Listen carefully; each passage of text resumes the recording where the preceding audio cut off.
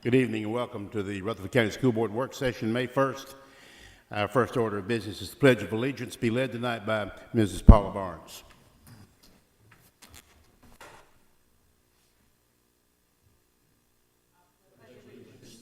Flag of the United States of America and to the republic for which it stands, one nation under God, indivisible, with liberty and justice for all.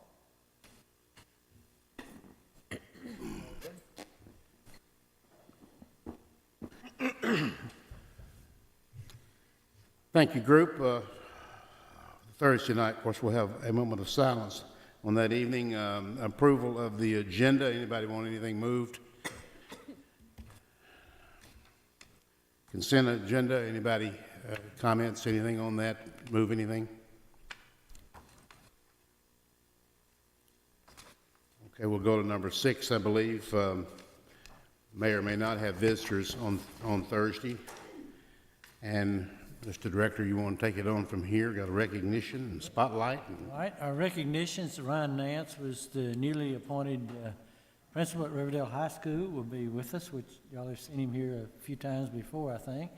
But LaTony Murray did receive the Outstanding Administrator Award from the Tennessee Music Education Association, and coming with him will be a component of the Stewart's Creek Middle School Jazz Band for our Spotlight on Education, so that should be a good evening.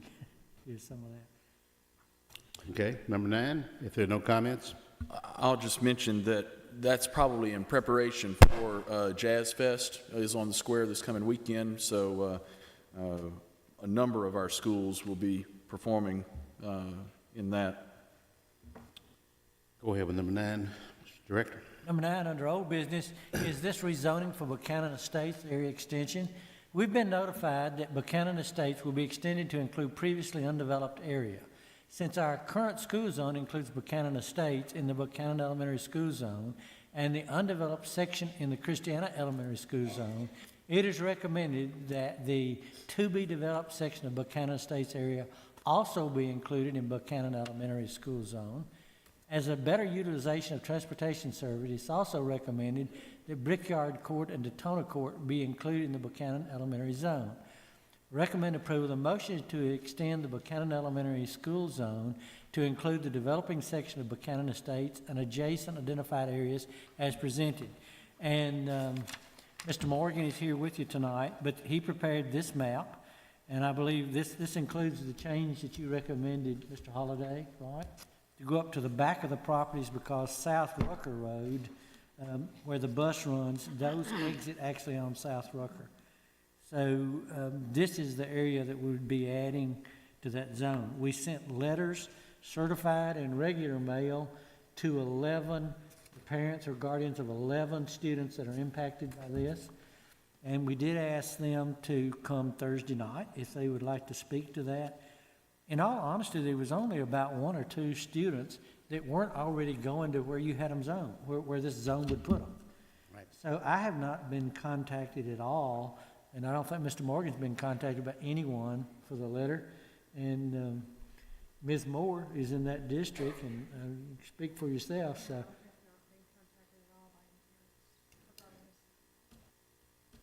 So this will be the recommendation unless somebody comes and speaks and you decide you want something different. Any questions for you? Or Mr. Morgan's here if we do. Just for my clarification, you've been in contact with the young man. Mr. Moran, thank you for coming.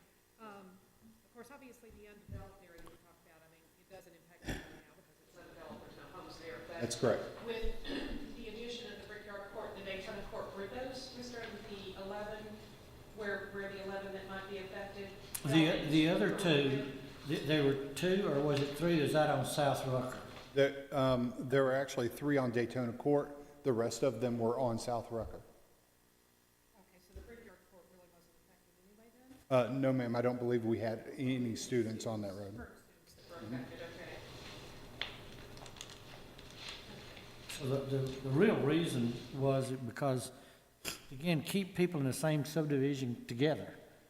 That's what we were trying to do, and we looked at transportation and evaluated this to us, so they preferred the Daytona and that took buses to turn around there, because it was a whole nother issue. If you take those buses then off on South Rucker, and then they have to find another place to turn around on South Rucker. So that was, basically, we consulted with transportation also, the safest route for students and buses. And not only that, but as far as transportation goes, Ms. Barnett has informed me that we do not have a bus even running down that road right now. So although we have these few students in that current zone, they're not being picked up by our transportation system. I know we talked about this the night that you made this presentation, but all of this undeveloped going down South Rucker, do we need some kind of language to, or is there language putting them in the Christiana zone since we're leaving these? Are they already Christiana? Well, actually, yeah, part of it is. It's kind of wonky. If you look at the maps that I provided before, it's one large tract of land that's above this already zoned area. And it was, the way it was before, the tract was actually split in half by our zone. And we just literally carved it around. There's nobody in that large tract right now. Right, but going down South Rucker, that's eventually probably gonna be developed to one family. One area or the other. It could end up being the backside of this larger subdivision. So you're saying that maybe there won't be entranceway onto South Rucker from these homes? Yes, sir, and the research I've done, there is no master plan that includes that area. So it'll just be addressed at that time? Yes, sir. I mean, yeah, I would assume. If they decide to run another street out there or something. Exactly. Okay. But yeah, you can tell from the larger layout of the area that I've had for you in the past that it doesn't move in that direction. There's no outlet that could be there except for to create a whole new set of a subdivision that has nothing to do with Buchanan Estates. Anything else? Thank you, Mr. Morgan. Whenever we turn anything over to you, you do an excellent job. I appreciate it. Mr. Director, number 10. This is the naming of the new high school in Rockvale. A committee was appointed to recommend a name for the new high school in Rockvale. The committee met on April 19th, 2017, at the office of Robert Farris. All community members on the committee previously attended Rockvale School. Committee members are as follows: Wayne Blair, board member; Pettis Reed, county commissioner; Robert Farris, community member; Jim Thompson, community member; Homer Brown, community member; Denise Carlton, community member; and Barbara Clark was a community member, was not at this meeting; and Ronald Williams, a community member and former county commissioner. The history of Rockvale School was discussed. Rockvale High School was consolidated into Riverdale High. The Rockvale Community Consolidated School existed from 1927 to 1993. Rockvale's mascot, the Rockets, was developed during World War II. Recommend approval of the motion to name the new high school Rockvale High School, with the mascot being the Rockets and the school colors blue. It's kind of like an MTSU blue and white. So the recommendation would be to name them the Rockets, and I think Mr. Blair has some drawings that's passed around that kind of shows that, if any of you haven't seen that. I think maybe Mr. Holliday may have been the only one that hadn't had the opportunity to. And Commissioner Reed's son is a graphic artist, and he developed all of those himself, and they are very professional. And we'll certainly share that with the new administrator when you name that person, Mr. Odom. And Mr. Reed actually said to me his son does work for MTSU and all too, so he's quite a graphic designer. plus other companies and all. I did not know that about him, but he does, so.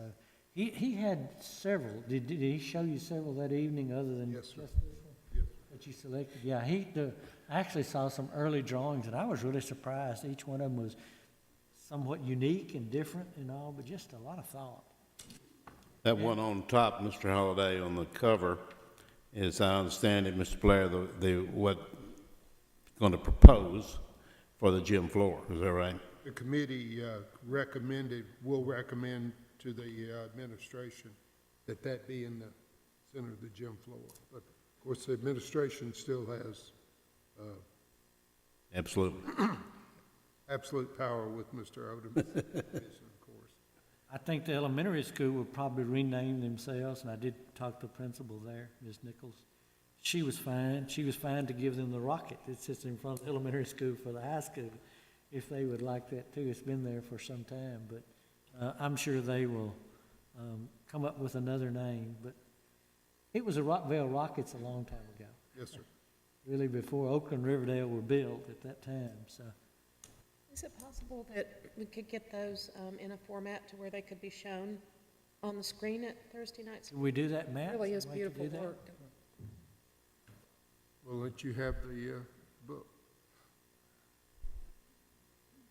Before we go on, Mr. Blair, thank you for your leadership on this, and I know you passed our thanks along to the members of the committee, all of whom are, I know each one of them, I'm sure a lot of you do, and they are dedicated members of the Rockville community for sure, and have a great interest there, but I appreciate your leadership getting that done. Thank you. Thank you, Mr. Chairman. Number 11, Number 11 is dismissal of a tenured teacher. Ms. McLeod, could you come up to the microphone and kind of explain the process?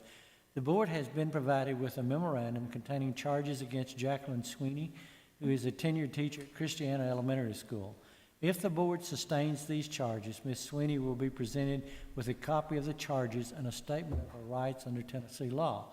Recommend approval of the motion to sustain the charges against Jacqueline Sweeney as presented. It's a tenured teacher, so do you mind outlining the process for the board? Sure. So the agenda item is for you to take a look at the charges, and we are asking you to sustain those charges. If you do so, then Ms. Sweeney will be notified that that has happened and that she has 30 days to appeal that decision. If she appeals, then we would be seeking an independent hearing officer to hear that appeal. And then once that appeal was heard, either party, if dissatisfied with the decision, could then appeal to the board at that point. Ms. Barnes and I have spoken to Ms. Sweeney. This is not a shock. She knew it was coming. And Ms. Barnes, I think, spoke with her again last week. So this is sort of the final step in our process with her. So, Ms. McLeod, in that 30-day interim, if the board upholds, and she has 30 days to appeal, does she continue teaching during that 30 days? That is Mr. Odom's decision, and at this point, he's decided to allow her to continue to the end of the year. any questions from Ms. McLeod? Thank you. Number 12. Number 12 is a student discipline appeal, and I think you have the packet. And of course, once again, it was a disciplinary hearing committee review on April 21st, and you can either uphold this amendment from Blackman High to Smyrna West, or you can affirm the decision of the disciplinary hearing authority, or modify the decision to a lesser penalty, or grant a hearing before the board. That's kind of the three options. I assume everyone has got their material to read between now and Thursday. Okay. Number 13, job descriptions, tab 4 on your computer, And you have copies at your and hard copy. Since this involves our budget, I wanted to give it to you tonight, and this, of course, on Wednesday night, there's a new position here for the science coordinator and all, but I wanted to kind of discuss some of the changes and the rationale. There's some restructuring here, and also some changes in job description to include new state terminology, and kind of some of the rationale behind we're looking at some of these changes. The first one was the athletic safety coach, and that's a brand new position to be funded. And we decided 3 supplement positions for that one, if you may recall. And the Sports Safety Committee reached a consensus that Rutherford County Schools should consider supplementing a set number of personnel to monitor current sports safety protocols with a focus on developing training and procedures related to preventing athletic injuries. So if this is in your budget, then we would advertise for those supplemented positions. We talked about it before. They basically work after school hours when schools are practicing or game time, that sort of thing. They would be answering to Mr. Tackett, this particular case, and report back. I do know Mr. Tackett has a planned training now that we're in May this month on the new software where the coaches, athletic trainers can enter data. One of the questions that came up with the Sports Safety Committee, well, how many injuries and what type are we having? So this software will allow us to get quantifiable numbers in that. So you might take a look at that job description. The other one is the PK through 8 science specialist. With the retirement of Sarah Jesse as the hands-on science elementary science specialist job description has been revised to include grades PK through 8 with new language to build STEM instruction into the elementary and middle curriculum.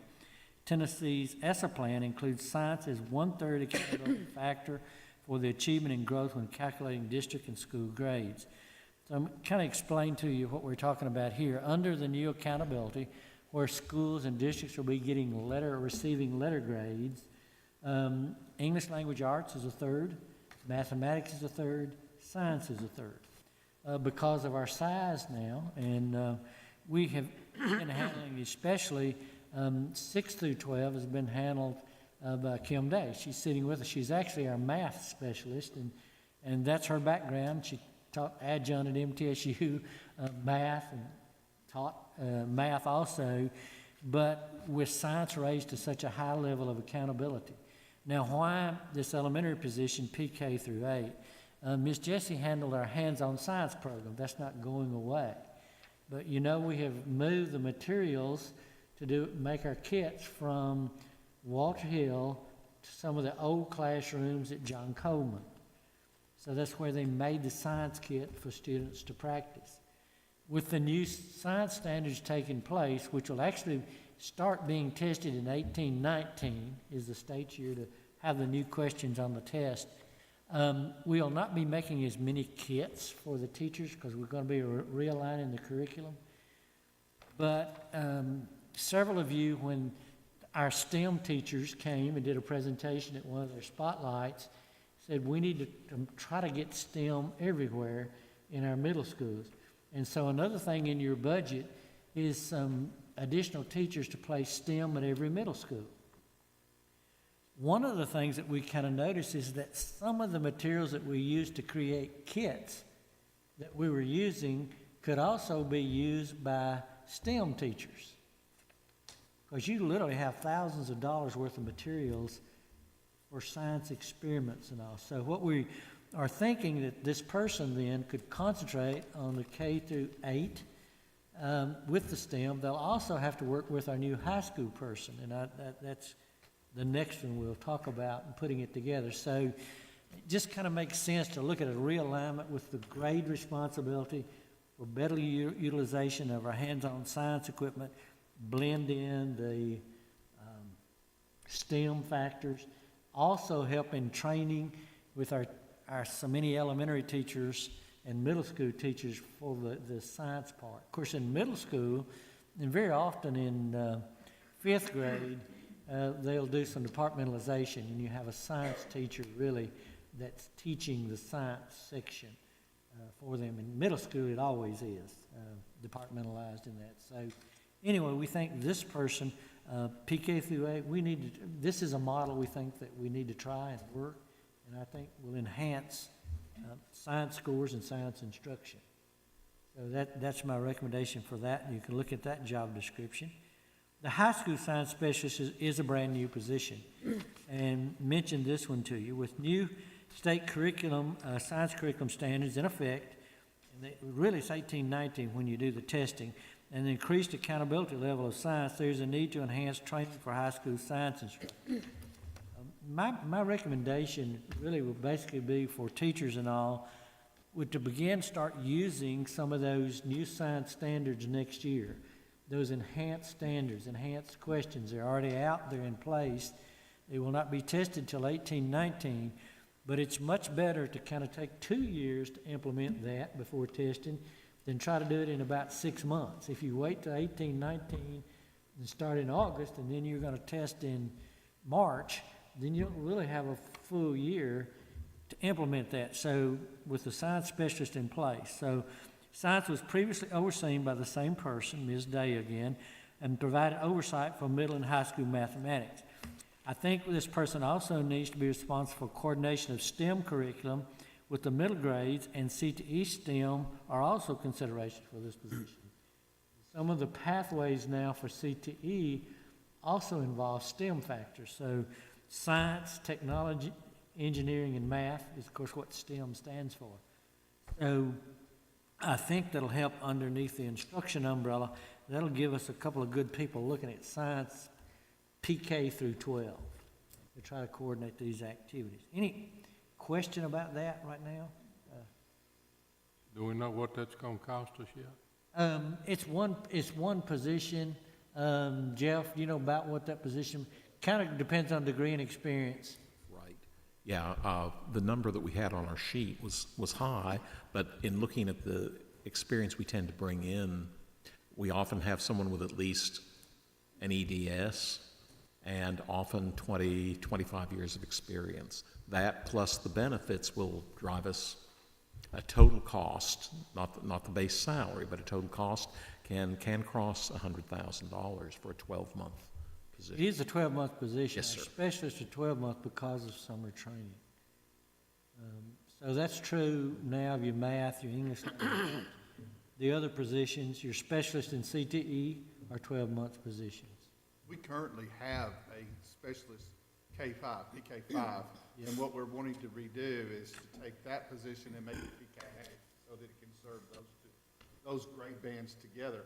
But we're really needing a person and as wonderful as Ms. Day is, we're really needing that person that can focus on those multiple sciences in the high schools is where we're really trying to focus and give that high school that service that those teachers that they deserve and need so greatly with all of it counting so much in the high school grade band. That's what we're asking, or we're looking at the budget to add.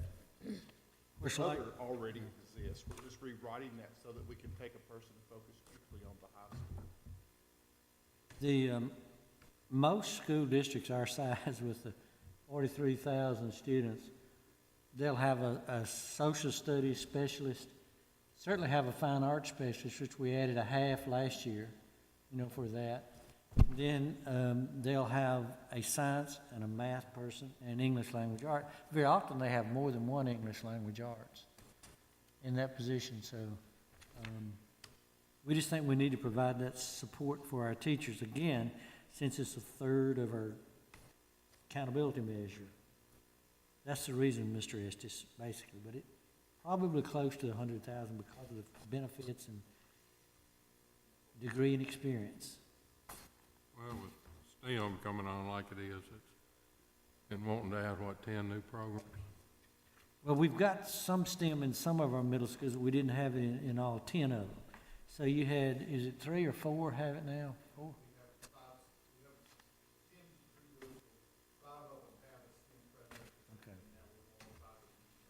Okay. That's in the budget, the teachers to offer that. Then the next one is Federal Coordinator and RTI Coordinator. And this one is kind of being renamed and restructured. This was previously dedicated Title I position held by Amy Wise. The 2015-16 state report card relates that we received 7.02% of Rutherford County's budget derived from federal funds. Now, when you're looking at $340 million and you're talking about 7% coming from that, I mean, we're talking about a considerable sum of money here, 20-something million dollars. As a director, I believe we need to move federal programs from Human Resources and Student Services job description to this position to better coordinate all of the federal programs with Title I services. You may not have realized this, and this is before my time. Ms. Barnes was also federal coordinator. a federal program coordinator, but Ms. Wise basically was the one that handled a lot of those reports. There's a number of reports that have to be submitted at the federal level, the state level. It also has to be part of your E-plan now. You have to work that in. So it makes sense to me not to have 2 or 3 people dealing with federal programs, that you consolidate federal programs together. And here's some of my rationale, and I'll be glad to try to answer any question. I would also recommend that we move RTI squared oversight to this position because both Title I, RTI, and English language learners, which is a federal program, is Title III, intervention services to encourage closer collaborations with this effort. So what I'm looking at doing is trying to, with our interventions programs, is to consolidate this in one area. Now, this department still works under instruction. The whole Title I always has. It's still an instructional program. But it kind of makes sense to me if you got federal monies coming in for Title I and federal monies training for Title II, you got ELL, Title III coming in, and you're doing intervention programs, kind of one person to kind of coordinate and put this together for intervention begins to make sense to me, rather than have it fragmented in more than one department. Currently, we have an elementary and middle schools in Title I. However, services are poverty-driven, and RCS may someday include Title I high schools. We added this last year, for this school year, you now have 2 middle schools in Title I, and that's Laverne Middle School, Smyrna Middle in Title I. If a high school hits 75% and you have Title I free reduced, and you have Title I services, no options, no choice, you must include them in Title I services. So again, I don't have a bunch of fragmented dealing with that. Right now, we do not have a high school. We're not recommending a high school. We do not have 75% in any high school. Laverne High School is getting a pretty high percentage, though, just to kind of let you know in that sense. Also, with rumors implying that Title II funds may be eliminated in the 2018-19 federal appropriation, that actual figure for us next year in the budget, you'll look at again Wednesday, is $533,000. So if they take away Title II funds for Rutherford County, that'll cost us $533,000. That is the monies you use for summer training. That's your DICOM. That's where we send people to conferences. During the year, principals can submit to us a request to take a team to do this training, or better, which more of them are beginning to do, bring someone in to train teachers. Some of our schools go together. Our high schools have done this. Middle schools, elementary have done this. Bring in somebody and they combine their faculties and do training together. We've been covering that with Title II funds. If that goes away, then my statement, Title I may become a source to continue teachers' service, in-service activities. Under the Title I rules, you cannot take Title I monies and just give it to a non-Title I school. But if you set up a training for Title I and there's additional space available, you can bring in non-Title I paper to participate in the training. So looking down the road, if the money disappears or something happens, it kind of makes sense to me again to maybe be able to tap the Title I to expand the training to cover some of the gap that may occur. Do you kind of understand what I'm saying? I'm just trying to look ahead, a year down the road. Will it or will it not happen? I do not know. But it makes sense to me to put our intervention and our title programs in kind of this one position. Not asking for a new position, just change some of it. Ms. Wise has been helping us with the paperwork, but technically not supposed to help with any other title program other than Title I. Now, what we'll have to do, the change, we'll have to take that salary and put some in local GP and some out of Title I to do that, so that you're always covered. But we do a number of those. Remember, you cannot supplant. For example, when we put RTI interventionists in elementary schools, we had to add another interventionist in every Title I schools, even though under Title I they may have had an interventionist. So instead of one interventionist, they now have two. that's not bad for high poverty schools and what they address. Because if you take Title I funds and do not put the local GP funds, even though you put it in other schools, you have supplanted. You have used federal funds to supplant what you paid for out of local funds with everybody else, local or state. So we have to be very careful that we do not supplant. Again, that's a technical thing, that's a rule with the federal money. So looking in that sense, that's my thought to kind of group it together. One of the things that Ms. Wise said to me when she surprised me with her resignation that day, she says, said, I was here when No Child Left Behind started. She says, now ESSA is starting.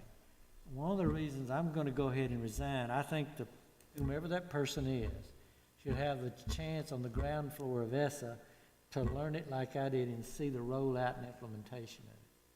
I couldn't argue with that. Maybe rather than her going 1 or 2 years and then handing over in the middle of it, so she had some time she felt it would be better for a person to do that. But do you understand the restructure I'm talking about? Instead of just having Title I, let's put our intervention services, which then does still work under instruction, and kind of put those titles together. Mr. Odom, my question is, with the movement of the federal coordinator into instructional, are there other support positions that would go with this position, or is this position kind of a simple and inclusive? You're really, the RTI positions are state, local. They're not federal. Right now, your coaches, your RTI coaches at each school, and they do a Skype meeting once a week and cover that, they would fall under this intervention program there. Those positions would.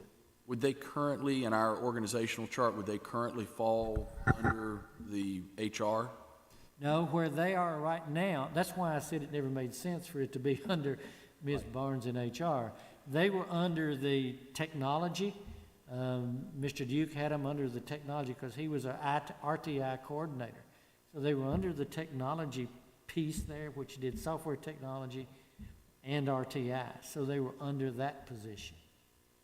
So we would move them, the next discussion moves them out of that position, again, to put all federal programs together and all interventions together in one area, and that would be those RTI coaches. Your interventionist, basically, even though this person helps with them and helps do the interviews, your interventionists basically work with the school principal directly, and the school principal and your RTI coordinator have been doing joint interviews and employing the person for that. Remember, we used the RTI coaches. We did an offset. We actually saved some money. We had, for middle and high schools, we were having new teacher mentors come out of this office.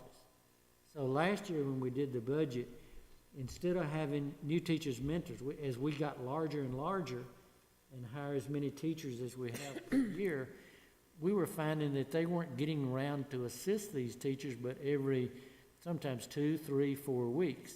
So we transferred probably part of the mentoring new teachers, teaching model lessons, helping teachers develop lesson plans, transfer that under the RTI coach. Your RTI coaches are some of your very best instructionalists in the system. Now the downside was that we pulled some of our level 5 teachers and made them help other teachers, but you lost their 5 scores. So in one of those cases, it's not necessarily the best, but if they can multiply their effect, then you've gained. So that was kind of last year when we added the coaches and then the interventionists to help them. So again, this one area would cover those positions.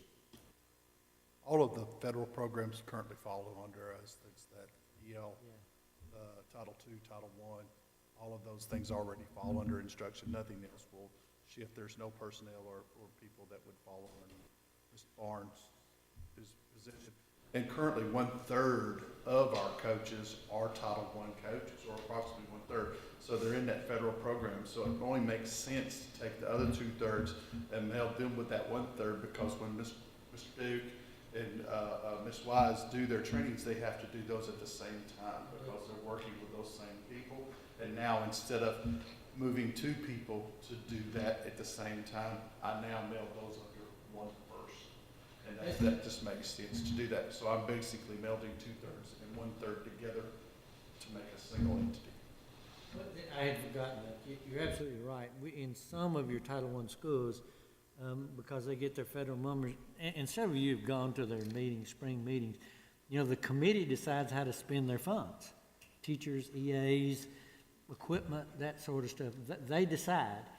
And a number of Title I schools had a coach before we added coaches everywhere. But again, because of supplanting rule, they get 2 coaches in those highest poverty schools.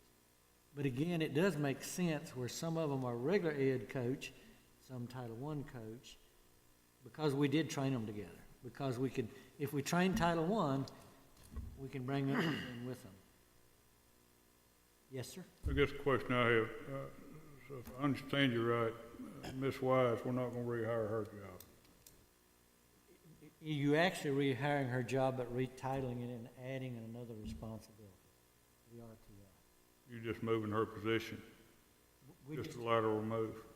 it is. We'll need somebody to replace her, but what my recommendation is that we bring responsibilities with it to do this, get this RTI under that same umbrella. Again, what you're doing is you're talking about intervention. But you're still gonna have a coordinator, correct? Yeah, that position is coordinator 2? Yes, sir. Right, I think. Coordinator 2. I think the Title I was a coordinator, too. It's been that way for a number of years. You have 10 schools under Title I. Out of our 46 schools, 10 of them are Title I. This will actually bring the others under. We're doing some piloting this year with a high school RTI coach. My recommendation is that we can, you know, maybe by certainly next year to go ahead and add RTI coaches to the high schools. I know the high school people want them, you know. And the other thing that kind of goes with this is every school now, based upon their test scores, have to go in and submit a school plan, a school each year, what we call school improvement plan. Title I has been doing it longer than anybody else, because Title I was required before anybody else to submit an online school improvement plan. Now, all 46, 47 schools next year will have to submit an online plan.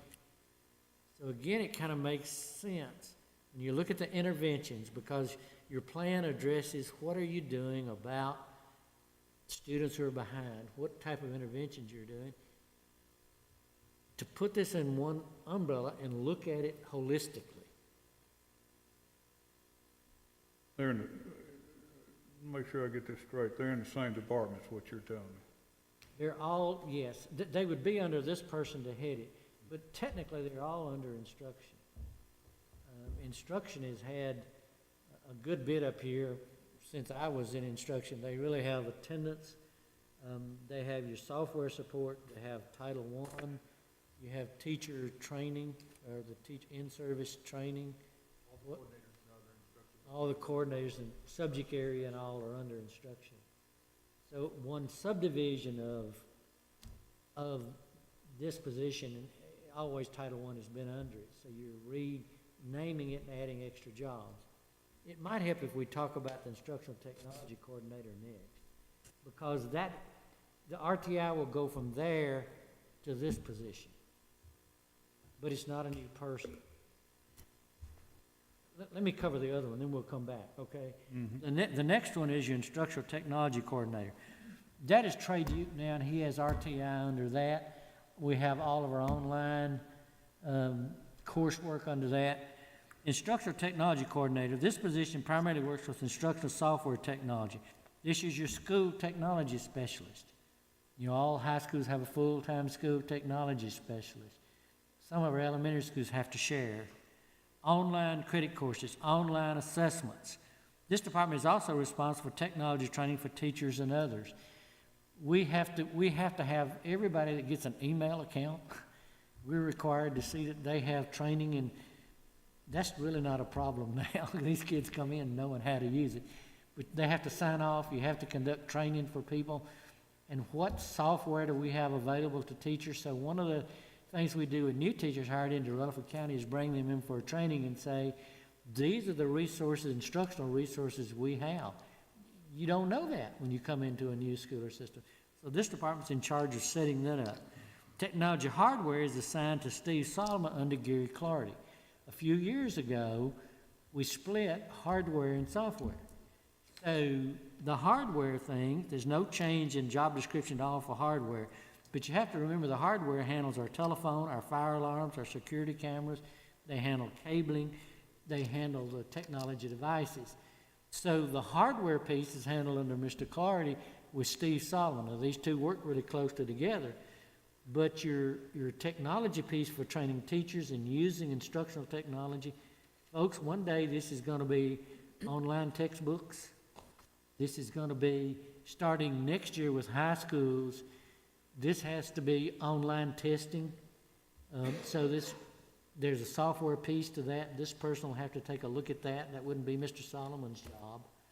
And testing is not an intervention piece. So this position, and I think it's coordinator one, and the other, so we're not adding any new positions. We're just moving some responsibilities. Mr. Hodge, it's a little bit, this may help. Currently, we have a coordinator two that handles Title I, which is Amy Wise. We have a coordinator two, which is Mr. Duke, that does technology and RTI. What Mr. Odom is proposing is to maintain that coordinator two, just shift RTI from under the technology coordinator two to the Title I area along with the federal programs. Reduce the technology to coordinator one, which will save money there, and that will just handle software because it's growing so much. But also you have to remember there's 30 to 35 technology coaches that person's responsible for maintaining evaluations because they're certified teachers and also maintaining that instruction. Those 30 to 35 people provide weekly PD in all of our high schools, middle schools, and we have a full-time one in 4 of our elementaries, but our other 20 elementaries share those positions as well. Does that help, Mr. Hodge?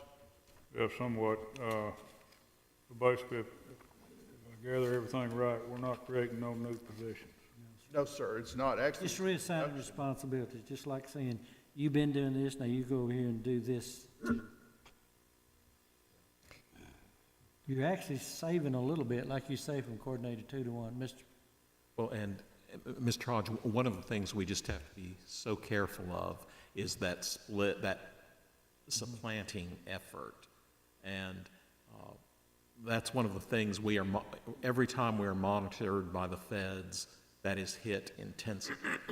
We're kind of bending over backwards in this proposal to cover ourselves on that aspect, because we don't want to have any problems in an audit. As we get a little more history, we might be able to relook this split, but we're trying to be very conservative up front with it.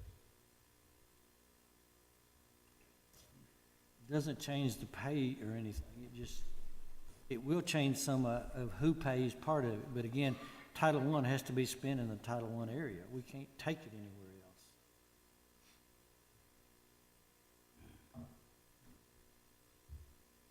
else. We haven't changed our budget then, as far as the budget goes. The only change, Wednesday night, when you see the budget, I'll just go ahead and kind of throw that in right now.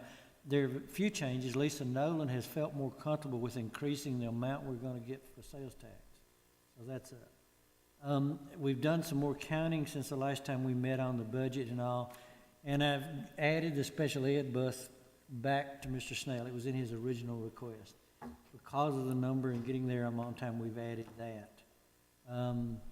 And the other position, I spoke with Mr. Estes.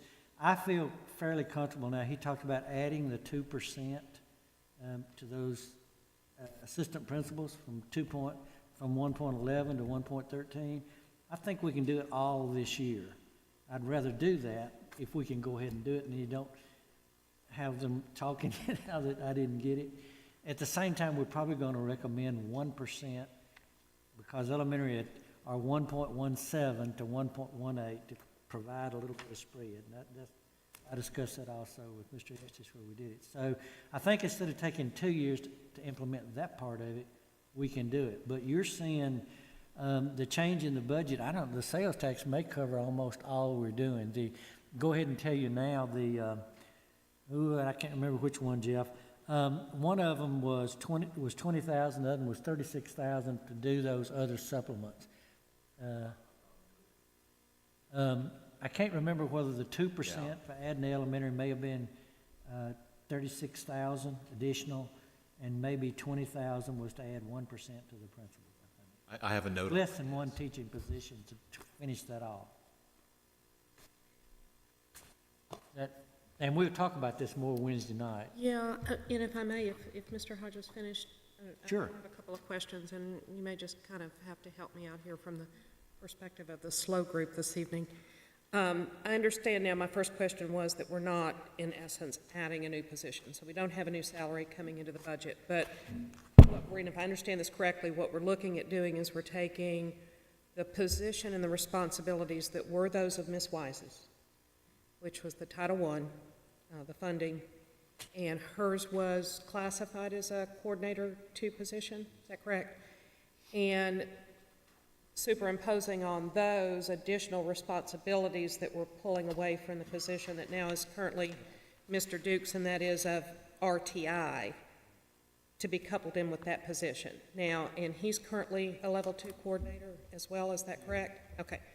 So we're keeping it a Level 2 coordinator's position, but we're adding all these additional functions, but... Reducing the technology from 2 to 1. Right, gotcha. So, but going back, okay, so going back to the instructional technology, if I was understanding correctly, this is the position where you talked about has all these RTI coaches that they're responsible for that supervisionary thing. So I guess it begs the question of, with all that level of responsibility there, where are we differentiating between that being a Level 1 and this other one being a Level 2?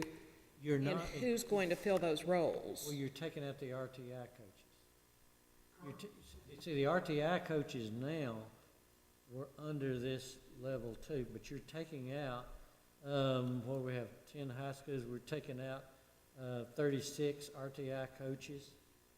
Basically, so you're taking 36 RTI coaches out of this technology person and putting them over here with somebody that's already a Level 2. Okay, please. Right, okay. 35 positions, and we also currently have 37 technology coaches that are there, but 10 of those coaches are at our 10 additional coaches are also in the Title I as well already. So remember, 1/3 of those coaches, approximately 1/3 of those coaches are sitting already under the Title I. Just moving those together, but there's 2 separate sets of people that person in technology is responsible for that are certified teachers. Does that make sense? Did I explain it well, or did I confuse you more? I'll say it. Maybe a little both. There's two sets of individuals. There's technology coaches Right. that are working there, and you have RTI coaches. So Okay. So you're separating I'm those? separating those. Those RTI coaches are going to the federal programs, along with federal programs to the Title I Coordinator 2. And the reduction in those number of people that person's responsible for would warrant the reduction from a Coordinator 2 to a Coordinator 1, because we're basically cutting that person's responsibility by those 30 plus people. The only increase in your positions is the 3 safety coaches supplement and the 1 new science position. There's no other change in position. I put new up there when I tried to, you know, it's brand new positions for safety coach, and the high school science is a brand new position. The rest of them is not new, it's just restructuring responsibilities some. It's just one of those things we need to do, it looks to me like, as we look at the testing and where we're going. Mr. Estes? Under the federal coordinator and all federal programs, is that gonna include Carl Perkins money? No, that's really still under CTE. Now, I tell you what we're throwing, and it's not really under that, you still got Nona Hall over ELL, okay? And her office is actually in instruction. But I want them to look at, when we're doing ELL training, if it benefits us and them to do some Title I training with ELL, with RTI, they're free to do that. But Ms. Hall has still got to administer that piece of ELL, because we've got over 3,000 kids that are EL certified. Now, Perkins is separate grant with CTE. So that'll still go through CTE, Oh, then through Mr. Zago, and, Absolutely, okay. yeah. I'm just looking for the intervention pieces is what I'm looking at here, to try to bring some continuity together when we're developing interventions. Get one eye looking at it holistically. So I get, because I'm still, and I appreciate, Mr. Zago, your explanation. I understand, I think the jockeying around of responsibilities well enough. But at the end of the day, we've got two positions here, and I understand we're not filling anything new because we have two roles currently, the one that Ms. Wise is vacating and then the one that we currently have with RTI. But you are making one of them a bigger position, and it's currently a coordinator two. So is this going to stay a coordinator two's position? It's not being looked at for anything else? We don't have any, there's no coordinator threes that I know of anyway. I don't think we have it. I mean, it stays what it is.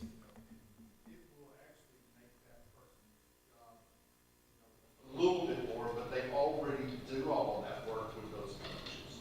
We're just adding the number of coaches to there. That person, that position already actually technically fills out the paperwork. Ms. Barnes is the contact and does many of those things, but that staff person currently completes the majority of the plan, that consolidated plan, the E-plan, all of those other federal programs, plans. And Ms. Barnes, I hate to speak for her, but she signs off on those things for us. And then, but the only additional work there is going to be those additional RTI coaches. We already do that training, that are at that every event for training coaches, but they're representing only 1/3 of the coaches, where RTI is representing the other 2/3. And that's causing two different people to be at the same place at the same time. When we meld those over to there, I can keep that in that department to make it very clean and neat, and then I can have the other department focus strictly on that educational software, the technology coaches, and those types of things that are coming and becoming more and more involved in our buildings. So I guess hopefully my last question would be then, because these positions are restructured and they're different from what we have now, and we have a person that's leaving the system.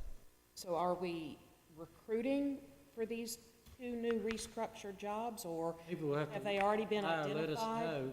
I mean, there's obviously got to be one new position, regardless of what it is, because Ms. Wise is leaving. Right. So there's got to be position now. Is it, I mean, which is it? I don't know for sure yet, till we see if y'all approve it, come to go for the budget.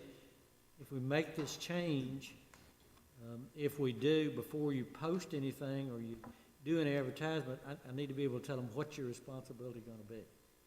Right. So, I mean, it's just, I'm not trying to hide it. There's nothing here No. nefarious at all. It just makes sense to me to lump your federal together and your interventions together. It's just more efficient in my opinion. I haven't done much of that in my, almost I think that 5 years now. It's just, That process will be like it has always. Yeah, no, and I appreciate that. I just want to understand it, so, thank you. I want you to understand it. I'm not, because it's not any, I'm not trying to mislead anyone. Just ask any question you want. Okay, and then we got one more. The other one is Assistant Superintendent for Human Resources and Student Services. And there is a change here because we're taking out federal programs, okay? Which really hadn't done much federal programs anyway, but again, which goes back, I don't know, how long has it been here? Federal programs? It's 10? as well, Okay, so, beyond your time. Yeah. and it's always served as the point of contact for federal programs, and then those duties were dispersed among all the different federal program coordinators.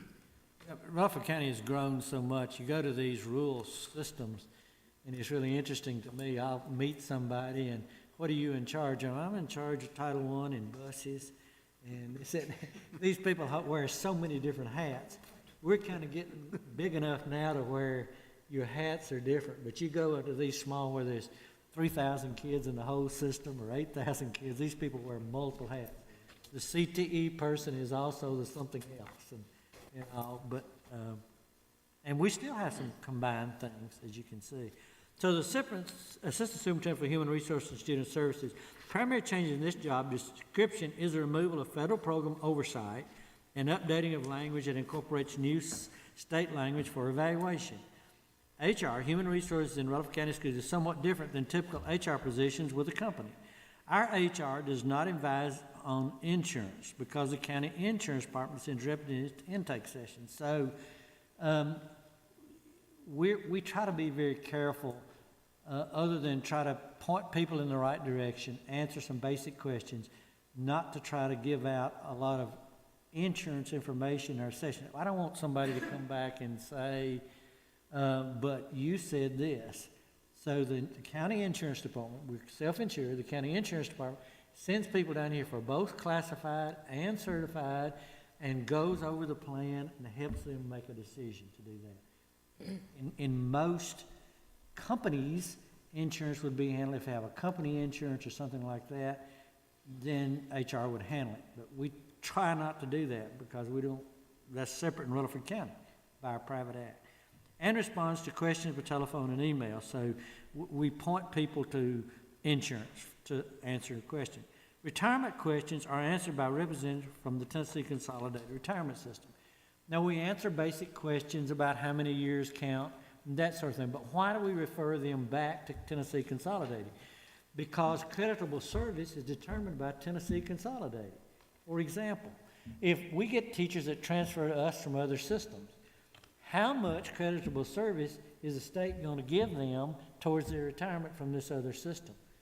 How many sick leave days are in the state's bank for this teacher that will earn them credit towards their retirement?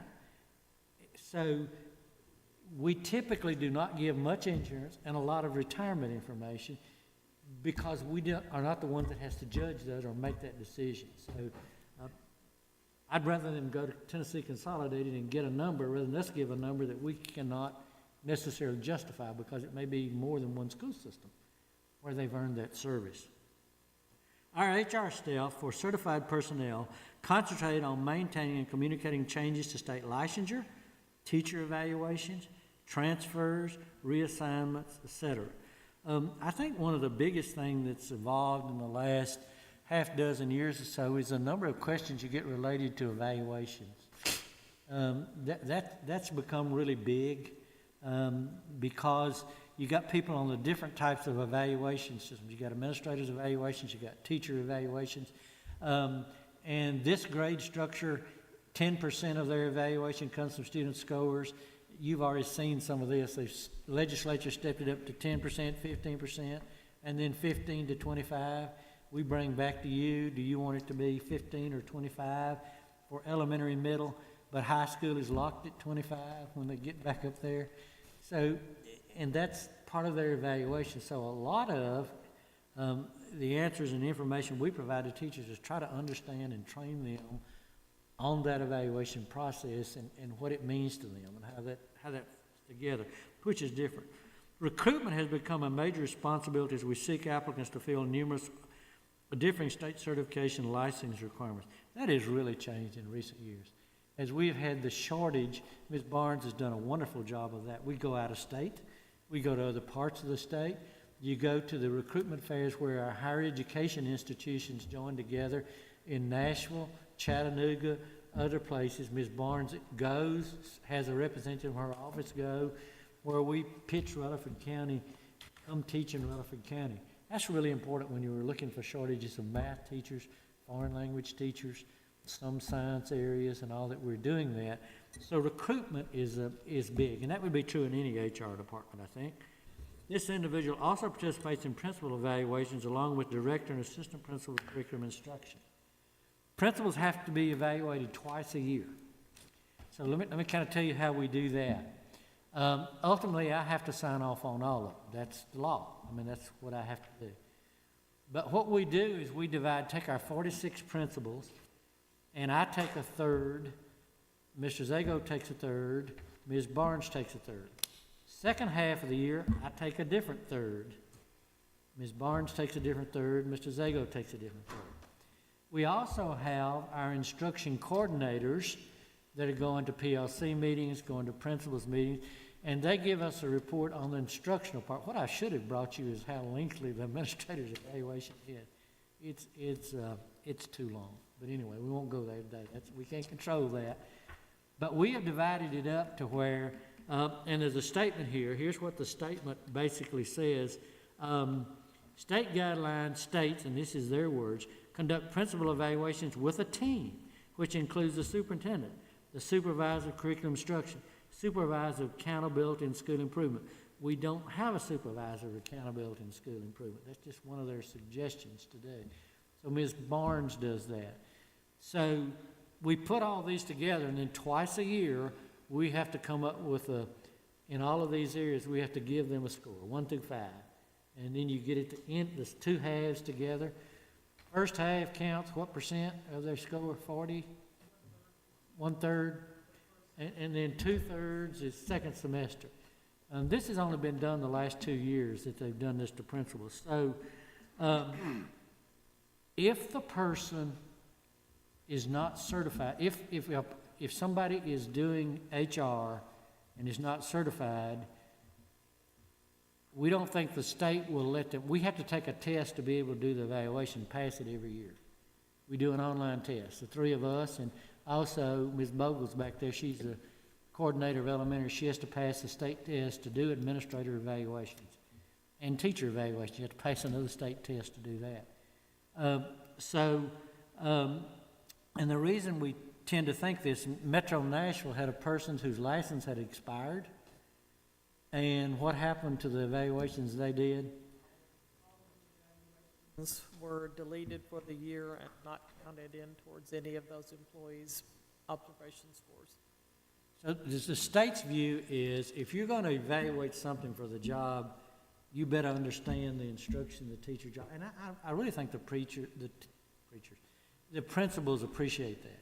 I think they appreciate somebody that is taught or has experience in that area to come in, because we have to then give them a refinement or something, and we also tell them what area you're strong in. We come down to kind of one statement the first half, one statement the second half, and what's your refinement. For you to improve, we see this as one of the critical items that you can do for improvement.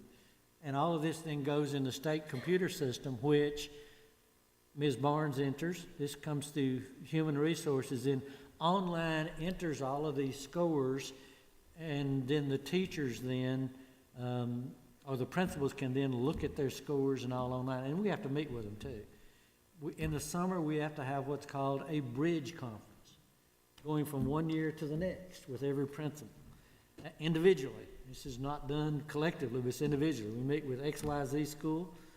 But we try to do that when the scores are back. I don't know that that's going to happen this year with some of the settings that they've got to do. So we take a look at your scores in this bridge conference and say, what was your lowest area? And then what do we need to work on? What can we help you do? What can we do collectively to raise this performance score, student scores, be it math or English language arts or whatever it is. So it's a lengthy process that you do that. We like to do that after scores have been released. So that's why we meet again with them to do that. And that, again, typically, it's much more involved than it should be. I think you can kind of take listening to it. But it is the model in Tennessee now. We did change some other language. When you look at the job description, you see the word team now. Up until about, 2 years ago or something, team wasn't an acronym, or 3 years ago. Oh, okay, then I'm out of it. We changed her, you can see how long it's been since the job has been, terminology in the job description has been changed. Team is the new evaluation system for both teachers and principals. Teacher evaluations, those observation data is entered by the principal at the school. Human Resources here enters the evaluation numbers for our principal. So both of them are on the state system entering that evaluation data.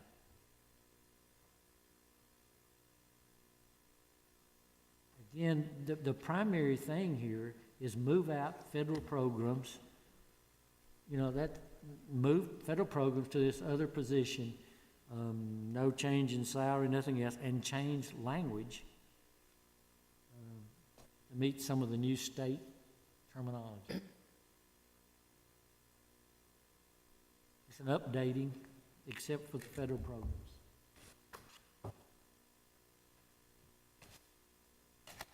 Questions on, I assume any of them, but I think we probably covered everything you wanted to cover. So on the human resources and student services, questions? I do. Young? Under HR, I understand about the insurance. Right now, it's not that involved in this position, but I could see maybe down the road where, especially with the insurance costs keep going up, where we would want to go out and shop our own insurance. And I think we'd have to, that might be another whole change. We would have to, we did an estimate on that. I know, we talked, we did our own, how many people in your department to monitor? Because we thought of it, some of it would be accounting because it'd be the withdrawals. A lot of it, from other finance directors that I deal with, a lot of that functionality tends to come under accounting in the school systems because it really is, a lot of it is the billing between the state insurance department and the payroll department. We control the deductions. It's kind of a mixed blend. Now, after that booklet that I gave you from the March insurance meeting, the little bound one, after I got that, I did upgrade to a high, in my estimate, I went to a higher network in the state teachers plan. That absorbed most of any potential savings we would see. That network is the same network we are on in Rutherford County Insurance. The other piece that our retirees who do have prescription coverage, and that's being grandfathered out for people with, there's a whole tier. That piece, our retirees, our post-65 retirees would lose that. So that would probably negate any savings at this point. But that is something that I do look at each year. I hope I answered the right question, Mr. Young. Somebody over insurance. yes, as a school board member, that's what I'm concerned with, is we represent most of the employees for Rutherford County. We have probably the least seats, but we don't have enough say-so. I agree wholeheartedly. And I think we need to change the weight of how that's factored in. I don't know the procedures of getting that done, but I think we need more say-so, and I think we really need this position here to help us get there. I don't know, maybe this doesn't fall under HR, maybe it needs to go another route, but there's some concerns I have here with us not getting the proper representations for our employees on insurance. REA has one rep, and we have two. Out of 14 members. 14 members, and even though we've got the most, the private act that the county's operating on gives us 3 representatives. When they added a second vote for the Board of Ed, they increased the size of the committee by oh, it was at least 3 or 4 people. They diluted our vote even more.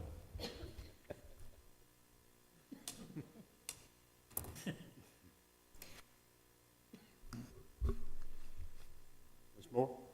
Mr. Chairman, thank you. Mr. Young, you want to make sure you were finished before? I really would like to open this up as far as this new job description or the revised job description and the fact that we're conducting a search for this position for a little more discussion from the board and with the board. First of all, I want to preface this by saying that, the thoughts I want to share are in no way a statement or reflection, certainly not of the job that Ms. Barnes has done. You're to be applauded for everything that you've done over these, 11 years? 15, I'm sorry, I was way behind there. And the contributions that have been made, and you're definitely going to be sorely missed, but I do feel like that we have a responsibility with this being, to me, such a huge role in our school system, that this is an opportunity for us to really look at this job and what the scope and function of it should be. I've done some research and analysis. I also have a little bit of background in this arena. And after a lot of thought, I really, in looking over this job description, I find it concerning that we've got a position that is essentially in our school system at the second tier, highest level of responsibility, which we look at our assistant superintendents for, and that carries a pretty large salary with it as well. That this person has HR level responsibility for an organization that has over 5,000 employees, a $350 million budget, but that there's not any mention anywhere in here in the job description of requiring or looking for any HR background or expertise. I think we're at an extreme crossroad, very critical crossroads as a school system right now in terms of our growth. And all of the opportunities and challenges that presents us, I think it's time for us as a system to really be able to start thinking outside the box and more strategically as we fill these critical, what I consider to be management level roles in our system. To me, the top level priorities in this role, and Mr. Odom's mentioned a couple of them, obviously, are recruiting and retention, which is huge. But to me also employee relations, and when you look at, and I've made a number of notes and everything, and have done some of my own kind of revisions, I guess, with my thoughts as to what I think ought to be a part of this job description. I think putting someone in this HR role right now without the right knowledge base or the right expertise in terms of handling the HR functions that can present themselves as liabilities on down the road, putting someone in here with no real-world HR experience, I think, quite frankly, would be a detriment to this person and to the school system as well. I've got notes I'll be happy to share with the board, but I do have, obviously, a very strong position on this. I'd like to hear what other board members might have to say, and then I would, Mr. Chairman, I would like to propose a motion to the board that all the current postings and/or recruiting activities for this position be put on an indefinite hold until we as a board can have our opportunity to look more deeply into this role and what it should be, the job description. I think the job description needs to be rewritten to reflect the critical components of the HR expertise that I believe are needed, and that it would require, I would think, a board vote to approve a new job description and establish new timelines and parameters for the recruiting process, if indeed that's what we decided as a board needed to be done. Okay, let me respond to that. Mr. Holliday, before you speak, you're suggesting that on Thursday night you will have a motion for us to vote on in that general area. Is that what you're telling me? That would be my request, yes. Because we're not going to be voting tonight. Okay. I guess, well, we can discuss that at whatever length the board would like to discuss that. Mr. Holliday. Where do we approve job descriptions? On what basis do we do that? I need to address that to Ms. McLeod. Job descriptions? Where does the board address job descriptions? Where do we approve those?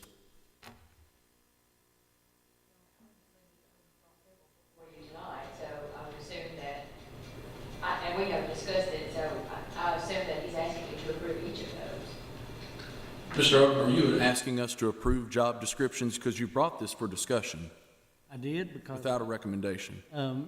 In my contract with you, if we're asking for new positions or anything, you are to see the job descriptions related to that. That's in my contract. I think probably under state law, that the responsibility for job description, employment, dismissal falls under the director. I mean, I think that's what it says, basically, but I may be wrong there. But the reason I presented you all of them, because everything on here is either the new positions for science or for safety coaches or restructuring of current. I mean, I don't recall in my tenure here, directors bringing forth job descriptions other than support of new positions. But I've taken a position that you need to see all of this. I'm not trying to hide anything. Well, I certainly I think appreciate. we need to restructure. Typically, in a lot of systems, directors restructure. They just restructure. You're seeing that in Nashville right now. I'm not sure the board is doing anything with it other than restructuring because that's their function. But I want you to understand it and be comfortable with it. I understand and I appreciate the report that you brought us, for our information and for discussion. And we've certainly had some of that tonight. As I look at board policy, I see that the director of schools may revise the organizational plan as long as budgetary amounts are not exceeded and board policy is not violated. I find it completely within your purview to restructure or restate job descriptions. And I do also find that it is in the board's purview that the director shall maintain a comprehensive, coordinated set of job descriptions for all such positions. So again, that is in your purview. And then, as you say, by board policy, if a position is being created that does affect the budget being the sole purview of the board, then that has to be brought to the board and with a job description, as it is potentially a new budgetary line item. I appreciate the information that you've shared with us and am moving in the direction of being very comfortable with it. Taj. I guess, in regards to what Mr. Holliday just said, I'm having a rough time understanding. The board doesn't have any say-so is what you're saying. I'm not saying that. I'm saying that the board has the opportunity to discuss and to have input with the director of schools, but I think it would be a point of order if the board were to try and rewrite a job description of an existing position. Well, let's just back up here a minute. I'm looking at the original job description, qualifications going back to 11/2006. You got a copy of those? I do. If you look at qualifications up there, we've got 3 qualifications. Second one, you got experience as an administrator. All right, you go to what we had posted on the website. Same date, 11/2006. You see that? What was posted on the website? I haven't looked at that. Or have you seen new qualifications? I think that's a mistake that we didn't change the date. Well, we may not have changed it, but this is where I'm going with this. Back then, we had to have experience. Now we're preferring experience. If you run the company, I don't care, 50 employees, 100 employees, 5,000 employees. You want somebody that's got experience or not? I think experience would be preferential. Okay. The point being is, if I'm running an operation, human resources, and we're writing these qualifications right here, somebody's got true human resources experience, certification and everything, we're knocking them out of this. By requiring a teaching license and everything else.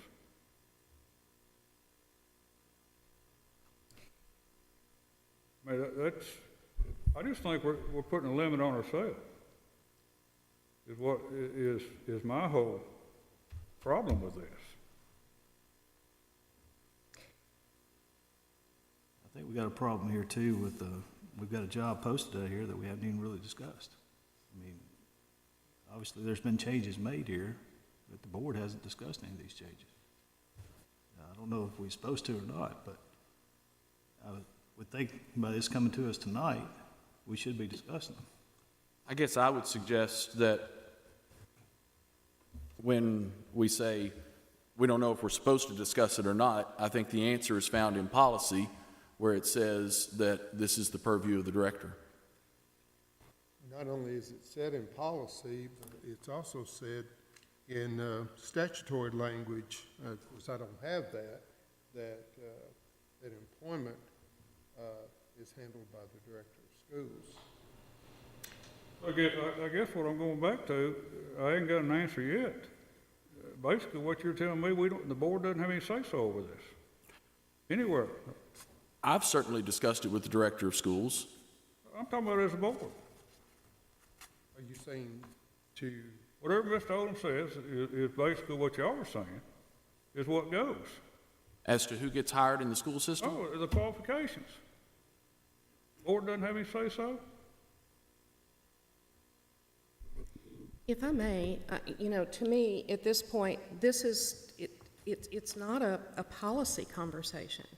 It's a conversation about the board's responsibility for thinking strategically about where the school system is heading and the heavy responsibility that we have as a board to ensure that we're doing the right things and assisting our director of school and guiding to make sure that the right people are put in place to do those things. And again, my position is simply that if we're going to call this an HR position, and it has the HR functions and roles that it does in it, which are still very much in the new job description, that the legal liability and responsibility it presents, if those functions are not handled in accordance with all of the federal and state governing human resources related laws, and I've got this all laid out in the things that I've gone through, that we're doing the school system a disservice. Now, if we've determined that this position indeed, that we need to take those components away, as we did perhaps with the benefit liability, but I would go back to Mr. Young's point being a very good one, that we need to have more say-so than that anyway, and that this person should be a driving factor in that role, that we as a board are shirking our responsibilities, at least in my opinion, of ensuring that we're doing the right thing to move this school system forward, and that this position really wouldn't any longer be an HR position. And then it begs the question of, does it still fall within the category of assistant superintendent, or is it an administrative role, and do we need to shift those legal responsibilities over to other departments?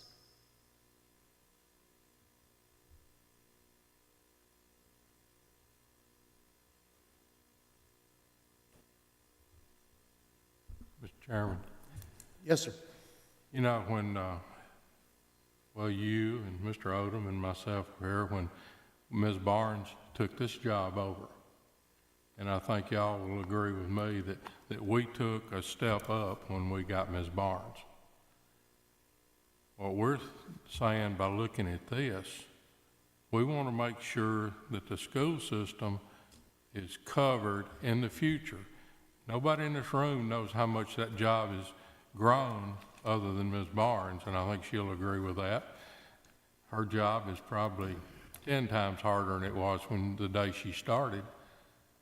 But we want to make sure that we have the qualifications that we can look forward and say, do we need to change this? Do we not need to change it?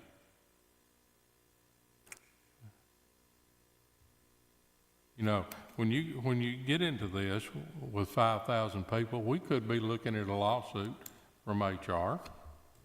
We want to make sure we cover ourselves down the road, not necessarily right now, maybe next year, maybe in 5 years. I don't think it would hurt to look at it, whether anything's changed or not.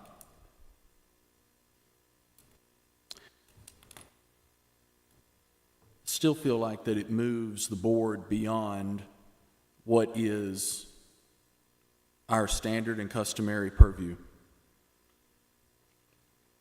Well, standard and customary is fine. I want to know what's legal. And if it's legal for us to look at this and write a job description for an existing position, or if it's not legal for us to do that,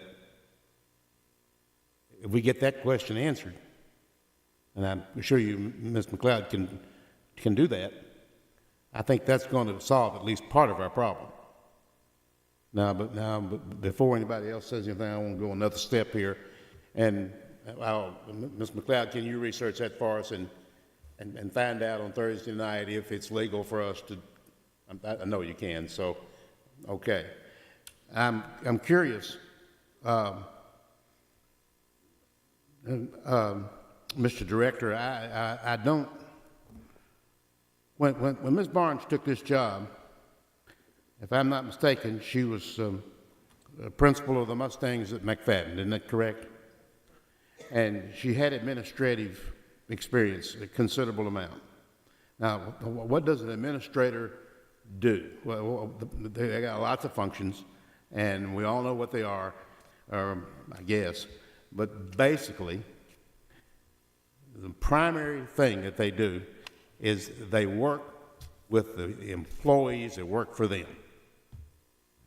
Okay? Now, I've done a little of that. I think everybody probably here has. I know Mr. Hodge ran a business. Mr. Blair does it every day.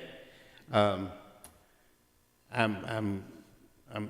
curious, and I circled it here before we started, the word prefer. Why add that? I mean, I just got to know. Well, and can we? And would you strike it? I'll ask that question. Here's my thoughts. How important is it to your principals that somebody understands licensure, not that you can't learn it. They've experienced it. They understand how licensure is. They understand how licensure advancement works. They understand the certification requirements depending upon the job. I say yes, you can get somebody from HR, from business, or you can get somebody, if you're looking for the title, we call it HR. If you want somebody that's HR, I think you can get somebody who has a degree in HR. We actually have a person in that department right now that has a degree in HR from MTSU. Does having that position enhance the ability to feel what we want done? And I think that would be your conversation that you might want to have with your principals and other people about how much do they need to understand what people do and what's involved in it in order to help fill these positions. So it's a weight of how do we handle now OCR or EEOC complaint. The HR person works with Ms. McLeod. We file those. I don't know if we've lost any. Dealing with that, we do most of those. So we handle that now. That comes with experience and all. But, does the title of HR degree fulfill what you want here? Now, I don't see a great liability because of the number of years, simply because we have legal people. You have a legal person we consult.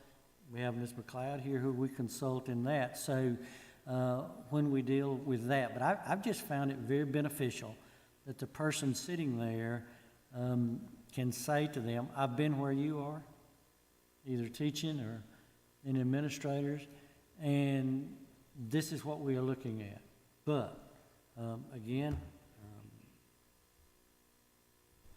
I just tend to think that's very, very important to support our people, that the person we put into position understands what they do. I think, and I agree with you halfway, I guess. But the other side of it is, you get over the human resource side of it, I think we better understand that too.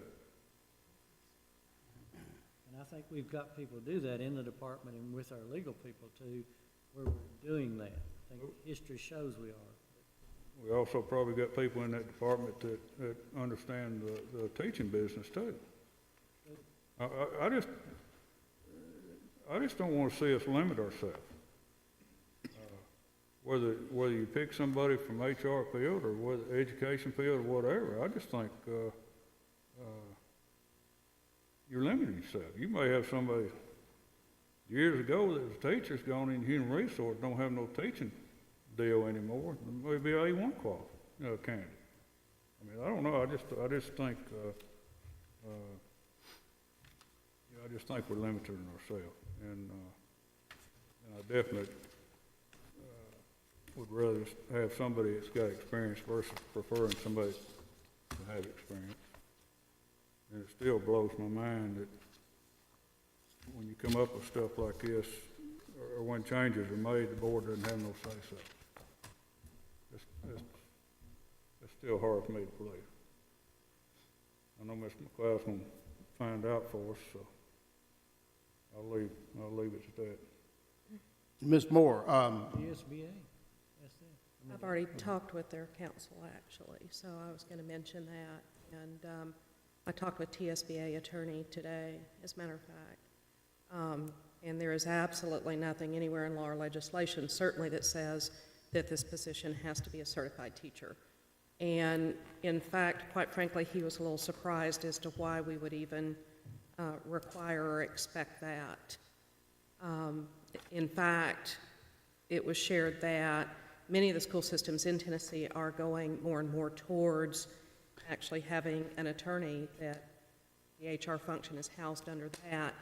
And as he said, even opposed to someone with years and years of HR experience, which is what I'm promoting, would be the preference that we look for, because of all the legal liability in issues that have nothing to do with licensure, you know. And I totally get from a human relations standpoint too, the importance and the role that Ms. Barnes certainly has filled in being able to communicate with these teachers and these principals. I think it's wonderful. But again, I think at the end of the day, we as a board have a responsibility to ask ourselves, is that the best way to move this system forward into the future? And having the mindset of, well, this is the way we've always done it, or why are we going to change things, are exactly the kind of things that put roadblocks in our way of being able to accomplish that. Just to clarify, I'm not opposed to changing the job description. I just don't believe that it's the board's place to make those changes. I think that our board policy, which guides our school system, which we are in control of, gives us clear direction that the director of schools is responsible for maintaining and establishing these job descriptions. And it comes to the board in the form of new positions for an actual approval. Outside of that, it's an ongoing conversation between the board and the director when these changes may be appropriate or necessary. But for the board to step in the way of an essential position like the assistant superintendent of HR and suggest that we put on hold the pursuit of this position and its essential functions, I guess I find that to be irresponsible. When we look at the potential legal liability that the school system faces, I think Ms. McLeod would tell us, and she could verify this on Thursday if she were so inclined, that we face far more legal jeopardy in our special education department, which we placed a new position, a new individual in that position, and had full confidence in the director of schools to make that selection and put that person in place. Far more legal circumstances in special education than we do in personnel. And so it seems to be selective effort on the part of the board to take an interest in this particular position, and I just wonder, where does it end? The TSBA training that I've been through says that this could run in the direction of micromanaging a school system and going beyond the good efforts of a school board. I think we had a failure of communication here, is what I think's happened. Tonight's the first night I found out about this, as far as from our school director, or we haven't had any meetings on this. The job has already been posted for 1 week, and now it's been changed, I think, to 2 weeks. So if we're gonna discuss this, I think the board ought to have a chance to look at it before the job was ever posted. Or we shouldn't be discussing it. Well, I'm gonna go back, I'm gonna counter what Mr. Holliday said. You know, when you talk about selective, I mean, I don't know what you're, you know, I raised the issue on this particular job. I didn't select it. It just happened to come up. Now, I've been questioned in the past, general public, why you can't have anybody from outside, why you have to have somebody certified to apply for the job. So I'm not sitting here trying to micromanage nothing by any means. But basically what you're saying, and you correct me if I'm wrong, what you're saying is anything Mr. Odom says, we're going by it. I certainly don't take that perspective, because I share openly with Mr. Odom the concerns that I have. When positions become available in the system, I share with Mr. Odom, this is what I see would be beneficial to our system in that position. I just don't find that I have grounds to bring a motion to the board on any of those kind of things. I share it openly with Mr. Odom. Well, no, I mean, if he disagrees with you, we're going his way. If he disagrees with me, then it reflects on my perspective of his performance. Yeah, but I mean, as far as it goes. As far as it goes right there. Then that's the position that I've got, is I can hire or dismiss the director of schools. I get to evaluate the director of schools, and I get to give him input, and I share that on a regular basis. It's my perspective. Still consider the board, in the case of employment practices, as an advisory to the director of schools. And I'll be curious to see when Ms. McLeod looks at the statute if that's not the case.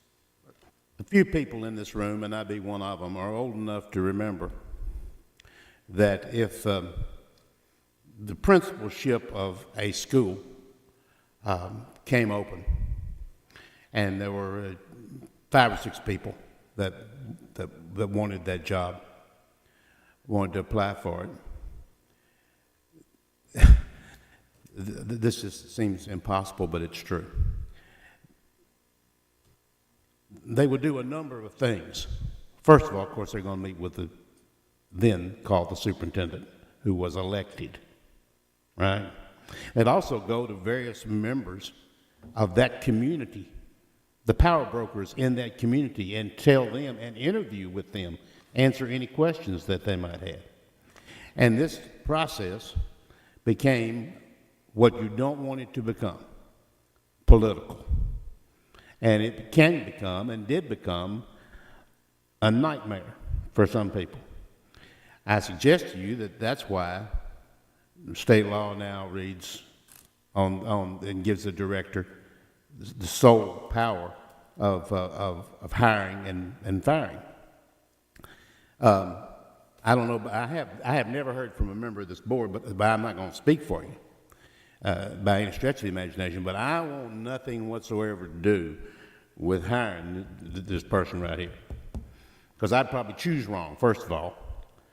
Okay, and I didn't want to get involved unless he asked me, which he did not, thank goodness, about Riverdale High School, which was the latest major appointment. And I was glad he didn't ask, and I probably would have hemmed and hawed anyway. I don't know if he asked any of y'all or not. If he did, that's fine. But I'm just saying that this newer system seems to work on the hiring and firing, the employment part, a lot better. And it takes out the good old boy system in many cases, and it takes out people with power in many cases, and you end up, I hope, with better chances of success at whatever this position is. I wanted to ask Ms. Moore Um, I believe that you have some information on this job description, general duties. Is that, and you need to is that right? I'm not asking you to read it. I'm just asking you, do you have it? No, I guess I'm not sure I understand exactly. Well, some notes that you took on the general duties of this HR position. On the essential duties? Yeah. Yes. What you wrote down, okay. Well, now, you know, we got a piece of paper here, 2 pages almost of essential duties. And, well, it is almost exactly 2 pages. And boy, there is a lot of stuff here. And I'm going to ask you to look at that and see if it's better, worse. It probably will be neither, with what you have and what you may suggest on Thursday night. If at least we can put it up for discussion. Whether we can vote on it or not, we don't know yet. But okay, is that fair? Yeah, I guess again, I'm just trying to make sure I completely understand what you're asking for. Well, where I do do have your lots of stuff and notes. this stuff coincide? I mean, there's a lot of things on here. Well, a lot of the things that are on the job description, I don't disagree with. I'm just asking the question of when you look at them, how can you say this is an essential function or duty of this position, but yet it not be the right thing to hire someone that has the background in that discipline to handle it? And again, looking at it too from a risk management, legal perspective, and liability for the school system. I don't think you and I are necessarily speaking a different language may here, not but I be. think we're looking at this maybe a little bit differently, maybe than the director is, and I'm not going to speak for him, but I looked down this list of things, which I have speed read, if you will, and I tell you, Mr. Director, I want an administrator. This is full of administration duties here, and I know you didn't say no, you just said would prefer. You know, I have no desire to try to divide the board or have one side this or one that. I think I have the responsibility to recommend to you qualities that I think would best fill this position. I have some strong feelings because that it's so different than the normal HR, that our administrators and teachers understand, that somebody understands that. I mean, I could come from a major company and certainly deal with these other areas, but I've got a really high learning curve to pick up certifications, renewal of license, all of those other things that's kind of unique to education. So, I mean, our difference of disagreement is simply that I thought these were qualities that would be best for Rutherford County School System. I don't have any problem with somebody that has HR. I think the possibility of finding somebody with an HR degree that may have done anything in education administratively or something like that, is there somebody out there possibly? I don't know that salary's high enough to draw somebody away from that. A number of the larger school systems that are hiring pure HR people then have under them a whole nother department. You're looking at places like, and Ms. Barnes would know them better than like a Metro Nashville or something that might have this, but remember, Metro Nashville has their own private retirement system. Metro Nashville has a different insurance system and all. So just from experience and looking at what we have in Rutherford County and the private act and all, I see this person leaning more towards that. I'm more comfortable with somebody that has the understanding of what it is to teach and what our primary function is. It's about the boys and girls. But, you know, I'm not, we want to change who can apply, that's fine. I just, if we could find somebody with all those qualities, I think that would be wonderful. And we had some background knowledge of them that we know that they've left under good conditions at other places and that sort of thing. But I see as much trouble saying the person must have an HR degree as I do saying they should have some background in education. But that's me. I would have trouble seeing either one, because I think you ought to look at it individually, is me. But you know, I don't want us to get in some major disagreement over this. That's not my intention. We don't win that way. Kids don't win. I don't have somebody in mind, folks. I mean, people may think I do. I do not. I don't have somebody in mind. This is the person. I mean, I don't even know who's applied or how many's applied from other places. I don't, very often don't look at all of that ahead of time until a day or two ahead. That brings me to Friday I would like it would be nice if somebody could work with Ms. Barnes a while before she leaves at some time, because the busiest time for HR happens to be June and July and early August. It's their busiest time of the year, and it'd be nice to have a leader there. Well, my question was about to be, does Friday give you enough time? I know you doubled from 5 days to 10, which I greatly appreciated. I think if we change the job description, you want to take something out, then we might ought to open it up another 5 or something like that. But I do think we don't need to debate for several board meetings or something to do it, because I think we need to, for the good of the system, we need to have Well, something. we're not going to change the job description if we can't do it legally now. Now, if we can do it legally, I don't know whether we'll change it or not. That'd be up to the board, but There's over 200 of those, and if Yep. you really want them, and how does a job description occur? A job description occurred because I asked the department lead to give me some information about what do they need. I don't, Mr. Clardy's people over there in maintenance and plumbers and electricians, I look at them and try to find consistency. One of the things that we've said, and we came up with this in the committee, Ms. Moore served on the committee and others, that we need to look at this fall and look at that, see if we're consistent in all of our job descriptions, because some of these haven't been visited in a decade, probably.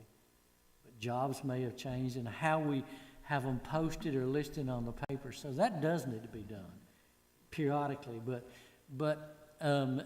you know, I don't think you want us to come back every time Mr. Carty changes a job description or something. I just don't think you want to get into those 200 or so to do that. But I know it clearly states in my contract that if we have a new position, that I have to give you a job description of what it is. And that's you should.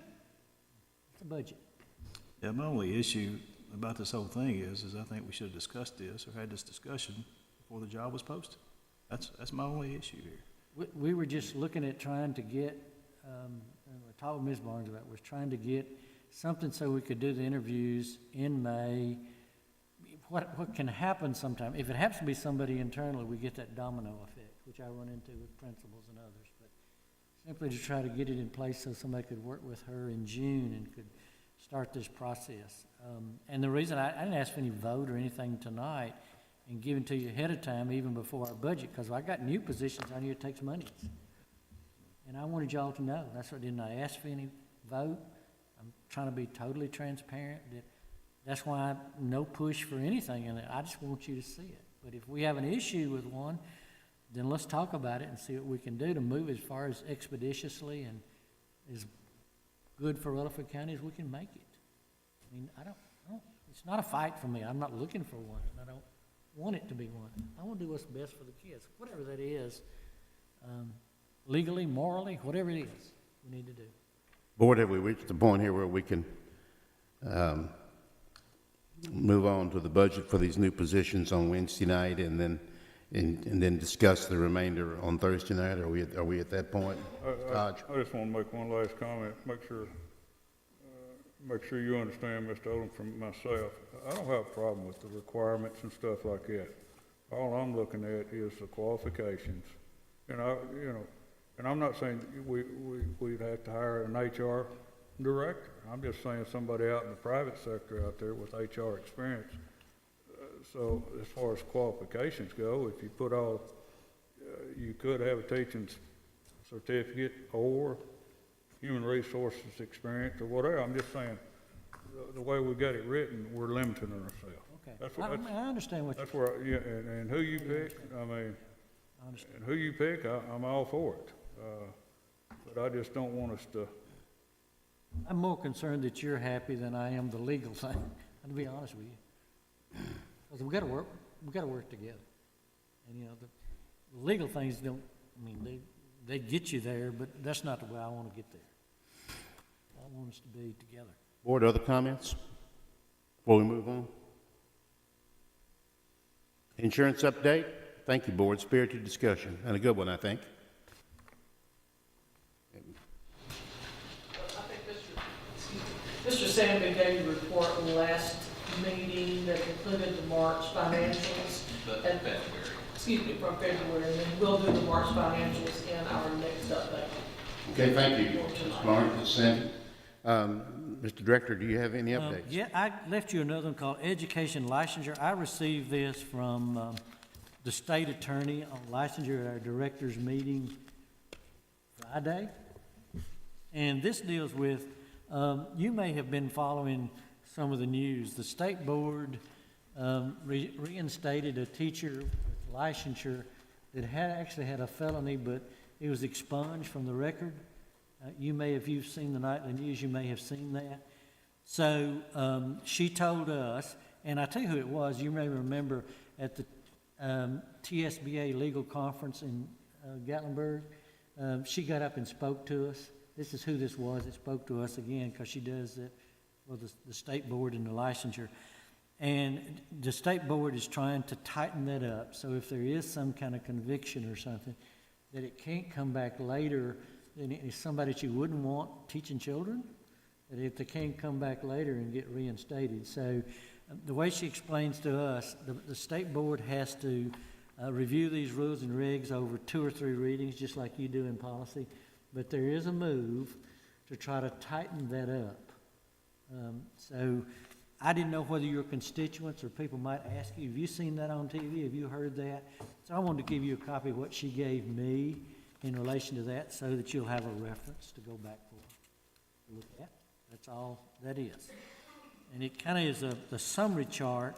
You may not understand the parts of it, again, for the teaching licensure again, but the chart at the back, which is kind of color-coded, what the offense might be, this one, what the offense might be, and what the possible, either down from revocation to suspension or whatever it might be. So it's just information for you. Questions of the director on this subject? Anything else, Mr. Director? Testing's not quite over. Second grade is testing. The others, the EOCs are over. TN Ready is over for that part. And we're down to second grade assessments, and I think that should wind up the assessments for this year. I do not expect summaries back very quickly, because they'll have to take any grades 3 through 8. They will have to go back through the same process they did with high school last year. They take all the test scores, and then this summer committees will get together and decide, if you make this score, is this proficient? Of course, that's not the term now, but you know, or you're below. None of that's been set. So we've basically been told, and you've heard this before, but we're not likely to get very much results back until fall.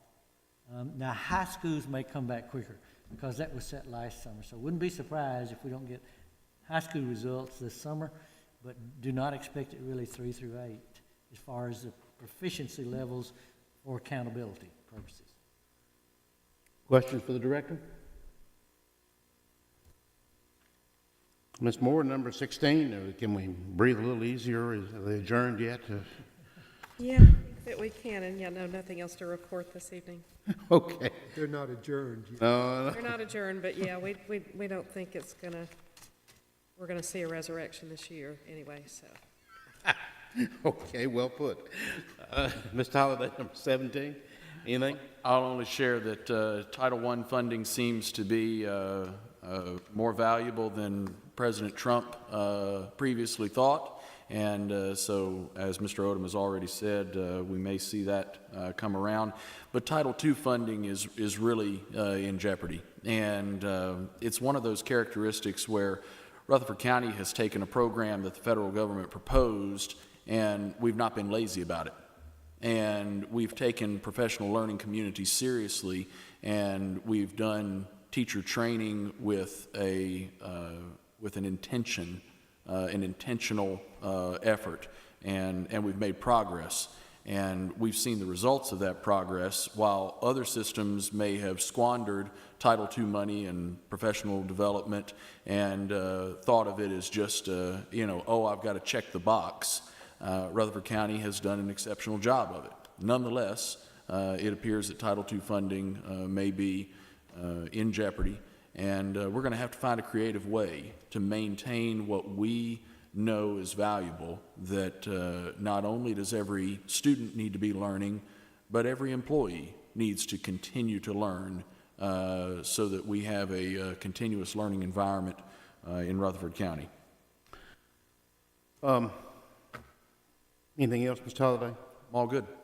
Okay, number 18, general discussion by board members, and I want to build off of what Mr. Holliday just said there. Since we have budget, we don't meet tomorrow night. We got budget on Wednesday night, and we may have, Mr. Director, maybe a little wiggle room on maybe helping Title I and II, possibly. Well, we did put in there earlier, you saw, they were losing 7 teachers, and we said from Title I funds, so we would fill those positions.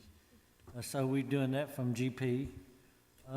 The other piece, there's still July, and the reason I say that, typically there are carryover funds that'll come from Title I, which don't have the final figure yet. And in July, there's supposed to be additional guidance coming down that some of the monies that are held up may be released for Title I in July. But I do not think, from my position, it's wise to go in and try to, how much money did we lose totally there? Oh, wasn't it 700,000? I don't think we need to ask for $700,000 in new tax money locally to try to address what Title I's going away. Let's try to see what we can do in restructuring, preserve these main teaching positions, and because we may be entering a new world, and we may just have to start this process little by little, seeing how it needs to be. But I like Mr. Holliday's word of creative. without money. Yeah, creative without money.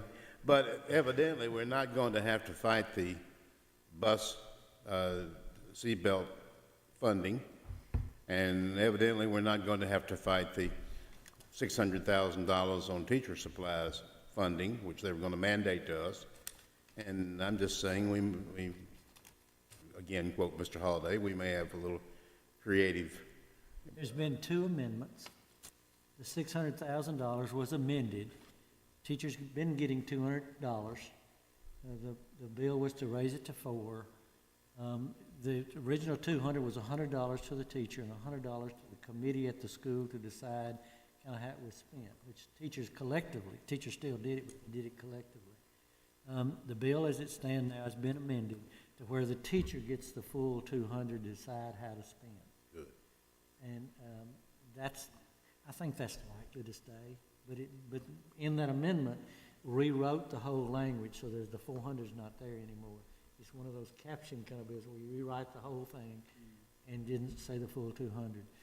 Amendment's been added to the seatbelt law, which is, my understanding, basically says when the Department of Education come up with the $12 million per year funding that the state pays, we don't want locals to have to pay for the seatbelts by themselves. So they put it back on the state to come up with the money to pay for the implementation of the seatbelt. But you just have one of the 2 chambers that has that in place. So I'm not as comfortable maybe as you might be until they're gone. Well, yeah, I know. I feel better when they adjourn. But the amendment is to let the state pay for the increased cost of seatbelts and not local districts. That's the way it stands right at this moment. Glad the teachers are getting the 200. I doubt if there's a teacher in this county that hadn't paid for stuff out of their own pocket. I'm sure they have, and maybe this will help a little bit. I hope it does anyway. Any other general discussion from board members? Any topic here? Are you a board member? No, sir. Well, would you speak anyway? Mr. Odom, I sent you an email that I got from Mr. Fred Blair just before the meeting. That was good I news. thought you might want to mention that. There's some new regulations that we're going to try to make from the Agriculture Department to make the meals where the students will want to eat them again. So some of the regulations. Had a few parents calling and asking about that, That's too. pretty blunt, but it basically said that, maybe school lunches were over-regulated and it become unappealing to students. So we're in the process of rewriting those regulations to make it more appealing to students. And I don't know what that means yet. That means no kale sandwiches, that's what that means. There's been some good things done with Okay. fresh fruits and I vegetables. don't think we'll be putting the fryers back in, but, yeah. Anything else? Board members? Mr. Chairman, Yes, sir. today we've had conversations about our HR department, and I think it highlights a need that the board has, and I think that need is for a board retreat. And I know it's something that we have spoken of before, but I'm going to speak of it again in this public circumstance. In addition to these HR concerns, which I think are appropriate conversation in the context of a board retreat that's looking at what is the future, how do we see any of our central office positions, et cetera, that, as Mr. Young says, these things don't sneak up on us and we say, wow, when was the opportunity that we were supposed to share comment about that? It struck me this week that the largest public transportation system in Rutherford County is run by Rutherford County Schools. And what does that look like in the future? And what does it look like today? And how should it change? And what capacity do we have? There have been major shifts in our construction planning. We are two-story everything now. We are add on to an existing facility first, build new when we have to. And these are major shifts in our philosophy and things that could be discussed at a board retreat. In the legal department, the predatory circumstances of attorneys that are looking to recruit plaintiffs to come against our system. That is a new day. That is a different circumstance, and one that could be appropriate discussion in a board retreat. Where are we with magnet schools versus magnet academies versus the capacity, the outstanding achievement that Central Magnet has put forward, but are we at capacity at Central Magnet? Do we continue to push that beyond the 29 ACT score to a 31 average ACT score, a 34 average ACT score, where it is more and more exclusive? Or do we say, we've accomplished something great, it's time to replicate what we've accomplished? It's an appropriate conversation for a board retreat. And in instructional services, as we continue to grow, can we be all things to all students, or will we have to cut out some areas? And as a board, we need to be on the same page. We need that conversation. We need that board retreat. Any comment from any other board member on that topic or any other? Did Ms. Barnes put anything in writing about her retirement? Yes, I had to sign it. She wanted to turn it in. I was so hopeful that perhaps we could stop it, but I don't think this is a train going down the track and it's left the station, hadn't it, Ms. Barnes? I do think we might want to take a look this fall at a strategic plan now. We put it off last year because ESSA came along. We didn't have goals, we didn't have numbers for ESSA. So if you'd like to do that, I think we now have more targets, provided Tennessee's plan submitted, so they should hear back by July what's been accepted and what's not. That you wouldn't necessarily need a retreat for that, but I think you might want to do a strategic plan which kind of sets some primary goals that you're going to do. It's not everything you do. It's not supposed to be that long a document, but it's strategic positions you're taking on certain things. I think we may want to look at that this fall, now that we've got some, maybe federal guidance, what's going to happen, put it that way. Board, it's been a lengthy meeting. I appreciate your comments, your ideas, and your spirit, et cetera. We will meet again on Wednesday night for budget at 5 o'clock and regular meeting on Thursday night at 5 o'clock. And Ms. Michaels will be in her usual spot, looking over everything. If there's nothing else, we are adjourned.